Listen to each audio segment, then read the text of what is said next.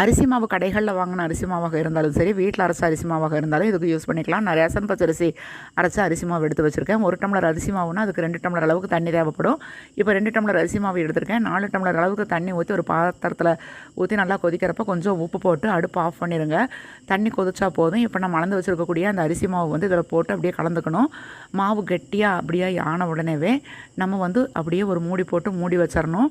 நல்லா சுத்தமாக சூடு இல்லாமல் சூடு ஆறுனதுக்கப்புறமா லைட்டாக கைகளில் எண்ணெயை தேய்ச்சிக்கிட்டு இதை வந்து உருண்டைகளாக செஞ்சுட்டு கொஞ்சமாக அரிசி மாவு எடுத்து இந்த மாவு வச்சு அப்படியே வந்து நம்ம உருண்டைகளாக சப்பாத்தி மாதிரி தேய்ச்சிக்கணும். ரொம்ப லேசாக தேய்க்கக்கூடாது, கொஞ்சம் கெட்டியாக இருக்கிற மாதிரி தேய்ச்சி எடுத்துக்கோங்க. நான்ஸ்டிக் தோசைக்கல் இருந்ததுன்னா அது யூஸ் பண்ணிக்கோங்க. இப்போ வந்து இது நல்லா உப்பலாக பூரி மாதிரி உப்பி வரும். எண்ணெயெல்லாம் எதுவும் ஊற்றாமல் தான் இது வந்து போட்டு எடுக்கணும். ரொம்ப சாஃப்டாக டேஸ்ட்டாக இருக்கும். இது இந்த குருமா சைட் டிஷ்ஷாக வச்சு சாப்பிட்றப்ப சூப்பராக இருக்குங்க. கண்டிப்பாக ட்ரை பண்ணி பாருங்கள். என் சேனல் அப்படியே சப்ஸ்கிரைப் பண்ணிக்கோங்க. நெக்ஸ்ட் வீடியோவில் உங்களை மீட் பண்ணுறேன். வாழ்க வையகம்.